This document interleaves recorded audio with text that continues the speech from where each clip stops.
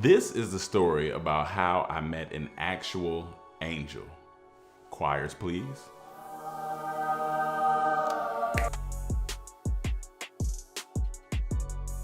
So this was 2012. I was working at a third-party delivery service company called 3PD. It was cool. The people were cool. I didn't like the job. I didn't need to be there. I knew I didn't want to be there anymore, and so therefore I was going through a lot at the time. I was living on my own by Cumberland Mall in Atlanta, so I was close to Marietta, Georgia. Marietta. So I'm at home one afternoon, and I'm not feeling too good. I'm like, man, life is just, I don't know what's going on. I feel off. I feel awkward for some reason. And you know, black men, we ain't go to therapy or nothing, so I probably had some childhood traumas I was dealing with that was just bubbling up, like my stomach when my guts bubble up, you know what I'm saying? So I was dealing with a lot.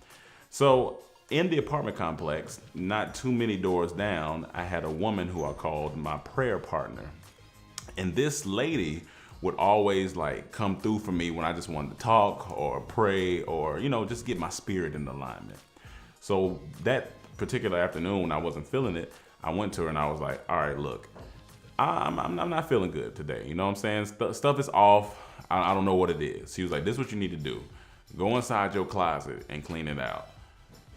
I was like, so you want me to go clean up? That's gonna make me feel better? She was like, no. Go inside your closet, clean it out so you can sit in there and pray. I was like, so you want me to sit in the dark and talk? And she was like, yeah. I was like, all right, I can do that. So basically I'm Eminem now, cleaning out my closet. So I go home, I move everything out of the closet. I didn't have much because I was on a budget, so I had about 4 pairs of jeans and 3 pairs of shirts that I recycled. So anyway, so I'm cleaning out the stuff. And I go in there, I sit down. I'm like, all right, this kind of awkward. I ain't never just sat in my closet and just start talking. So I'm in there, I start talking. And as I start talking, I start feeling myself get emotional. As I'm talking to God, like, you know, what's going on with me? I'm trying to figure stuff out, trying to just see what's popping, what's good. I was saying all these things to God because he understands that language as well. And then after about an hour, I felt better. Like I got it all out, I felt better. I think I kind of cried it out, you know what I'm saying? And I was done. I was like, all right, cool. So I come out of my closet, I go to bed that night. The next morning I wake up, I think I'm looking at a sermon online. I can't remember who exactly. Either might have been Joyce Myers at the time or it could have been Joel. I'm not sure who I was looking at. Pastor Mace? It wasn't Pastor Mace. Go ahead. So I'm watching this sermon. Take that. Watching this sermon, I hear a knock at the door. Mind you, it's like 9 in the morning. So I'm like, I don't know who this is. I didn't invite nobody over unless it's breakfast.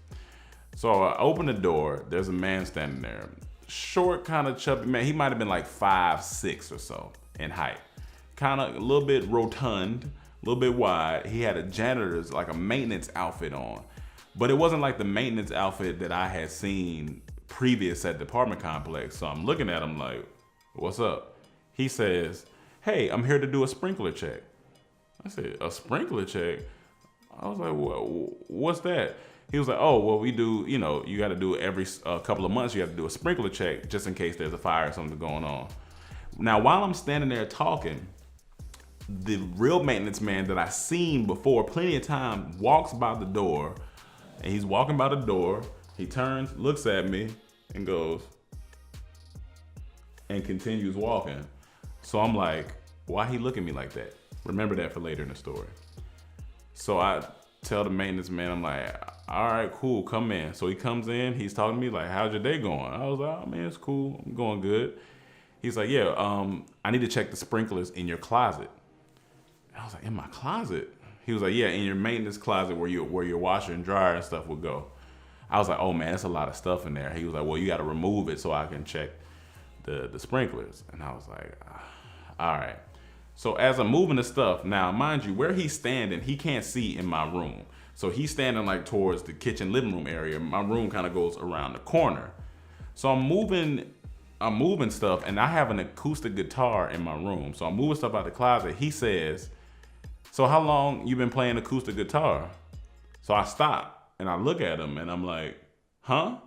He's like, how long you been playing acoustic? So I was like, yeah, I just started learning the acoustic just for a hobby. He was like, yeah, man, when my father saved me, I picked up music too. It was a great thing. I was like, oh, all right. Shout out to your father. That's a good dad.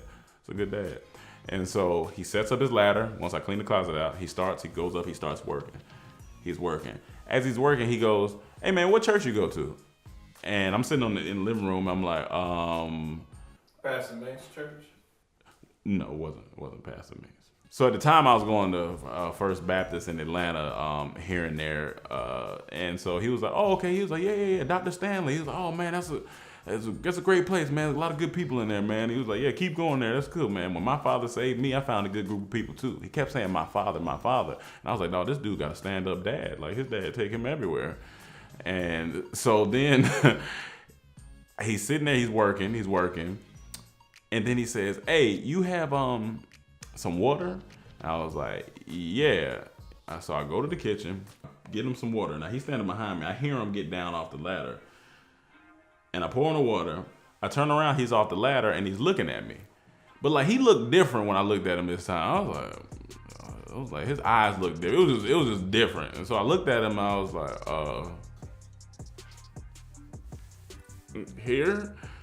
And he's like, and I quote, this is what he said. He goes, we heard you. I'm here to let you know everything's okay. And I said, what? He was like, we heard you and I'm here to let you know everything's okay. I was like, who are you talking about? And he was like, God's not gonna let you go through anything that you can't get through. And so now I'm a little like, He's like, he's always listening. When you call on him, he's going to answer you. And he's talking to me just like this. And so now, like I can feel my heart starting to race a little bit because I'm like, this is some stuff I read in the Bible or something somewhere. I don't know what's going on. So then he reaches his hand out and he's like, hi. And I read his name tag. His name tag said Jacob. I remember his name tag said Jacob. He was like, hi, I'm Jacob. And so I stuck my hand out and I was like, I'm wrong. And now he grabbed my hand. Now when he grabbed my hand, you ever went to sleep on your arm and your arm goes numb, it goes dead? That's exactly what happened to my arm. He grabbed my hand, my arm goes numb. But I just feel this warm sensation running up my arm, through my arm, into my chest. And I just start crying, ugly crying. I'm talking about Kim K. It's snot, it's just crying. And I'm like, what am I crying? Like, it's like I couldn't even control it. It was just coming out. And I was like, what is going on? And as he's shaking my head, as he's shaking my hand, he's smiling and he's like, yeah, let it out. It's fine. It's okay. Da da da. And I'm like, what is going on? Like, and so now the only way I can describe this sensation that was running up my arm, if you've ever watched videos where people explain where they about to die, they feel a calming, like a warm, like a peacefulness that they've never felt before. It was a peace that I had never felt before. It was like I went into the Matrix and when he let go, I like came back. And I was like, it was like so peaceful and I can't even describe it. Like when I try to describe it, I can't. It was peace beyond understanding. So I was like, he let me go and he was like, now listen, he's a maintenance guy here that you should talk to. He's big into the Bible. He's big into his spirit. You should just talk to him sometime. He's a good man. I was like, oh, okay. And he was like, well, my job here is done. I have to go.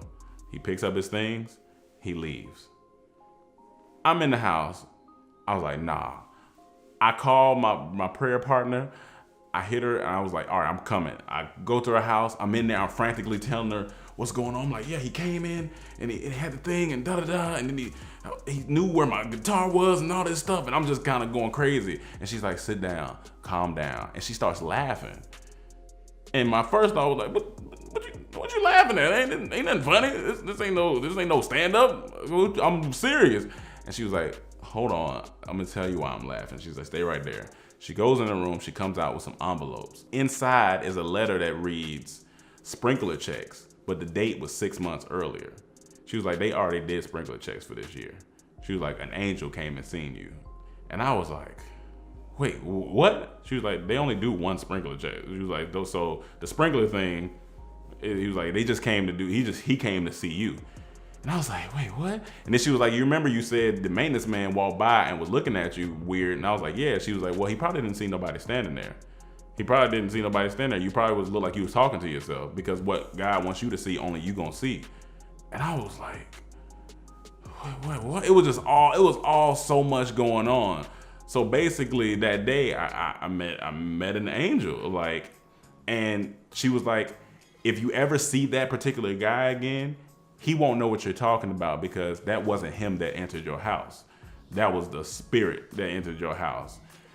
Or she's like, you'll probably never see him again. I've never seen this man again. I've never seen Jacob again. And it just blew my mind. From then on, could nobody tell me nothing. I already believed, but then could nobody tell me nothing after that. But I would just say the moral of this story is always check your sprinklers first. You know what I'm saying? Check the sprinklers, make sure your sprinklers are working well, because if you don't check the sprinklers, then you won't clean out your closet. If you don't clean out your closet, you won't clean out your life. Check your sprinklers. So it's safe to say you should have been on the episode of Touched by an Angel. Absolutely. R.I.P. to Della Reese. R.I.P. to Della Reese. What about that Mace Church? Yeah, we'll talk about it later. Okay.